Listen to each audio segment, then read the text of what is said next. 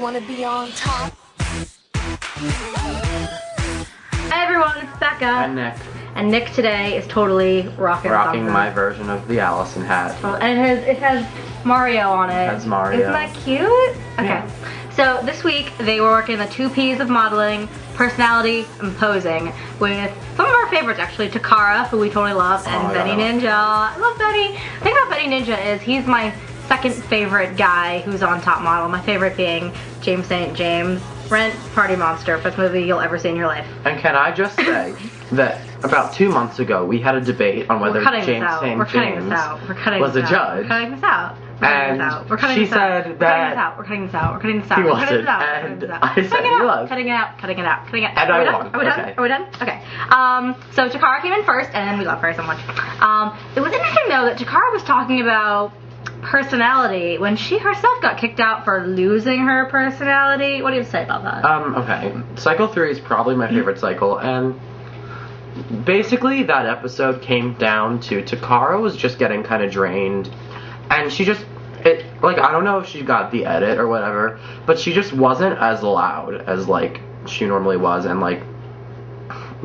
bodacious. I love you said the edit, it's like the guillotine, the edit. Yeah, well, she did, and it's true. You know what? I think she did, lose a little bit of her luster during judging, but I think that she should have stayed because her picture was pretty good, and they used it during, when this episode when they were like, oh, Takara from Cycle 3. They showed that picture of her with the spider, which was a good picture, and I definitely think Anne should have gone home in that episode. I think early on, Tyra was getting pressure to cut plussies. I think it wasn't until, Cycle 10 with Whitney that it was finally, okay to let a plussie win.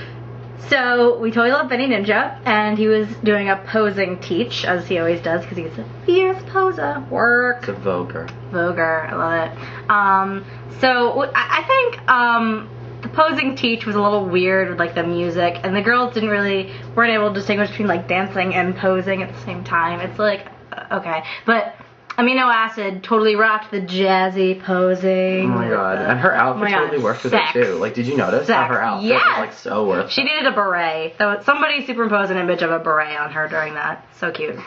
So Allison was doing her little oh, I'm so under pressure and blah blah blah, this is so hard. I'm 5'7" and so meek and bug-eyed. Yeah, I think her weave is putting pressure on her brain. But anyway, about blonde weaves. They did a pose-off in front of all of Benny Ninja's gay choir of followers who follow him and go, work it, girl, with the blondes. Who I love. They're awesome. Okay, I do not think a lot of them looked very good in blonde wigs. I can see that. Okay, so that was a little weird. So anyway, Natalie and Celia did very well in that challenge, and Celia won. I don't think she should have, because Natalie is awesome. And Natalie was tripping. She was horrid on the stairs. She was I loved that. I loved it. When she was tripping? I don't like Celia. When she was tripping the entire time. Whatever. Okay, so then they had a really boring photo shoot that we're not going to talk about, because it was boring. It was you have to be frozen and fierce at the same time, but also look old-fashioned and connect to the people around you. Why have they not done a photo shoot by themselves yet? That doesn't make any sense to me. Do you know? I don't know, it bothers me. And I pointed this out to her. I was like, have you realized, last week, I was like, have you realized that they have not done a photo shoot where it's just them in the shot? Each week there's been someone in the shot. It's nuts. I don't know. Maybe Tyra, doesn't trust them to, be by themselves. I mean, I'm sure there will be one. At least, the very end with, the cover girl shot has to be alone, but, Oh my god, what if it's not? That's gonna be awesome. I'd die. A little bit. We're gonna have you do cover girl shots, but this time it's with a baby.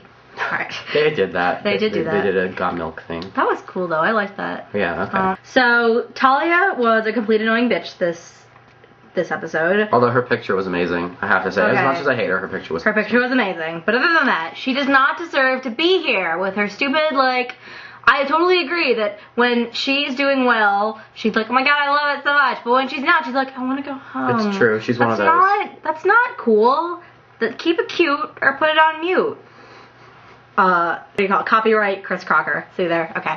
Yeah, it doesn't make any sense to me that she keeps doing that. And it's just, Did you notice, by the way, that Nyjah put that in her little note? I wonder if Chris Crocker freaked out about that, too. Because she didn't say that before. It was Amina who said that. And then Nyjah put it in her note. So, yeah, Chris Crocker. All right. But I adored Celia's freak out.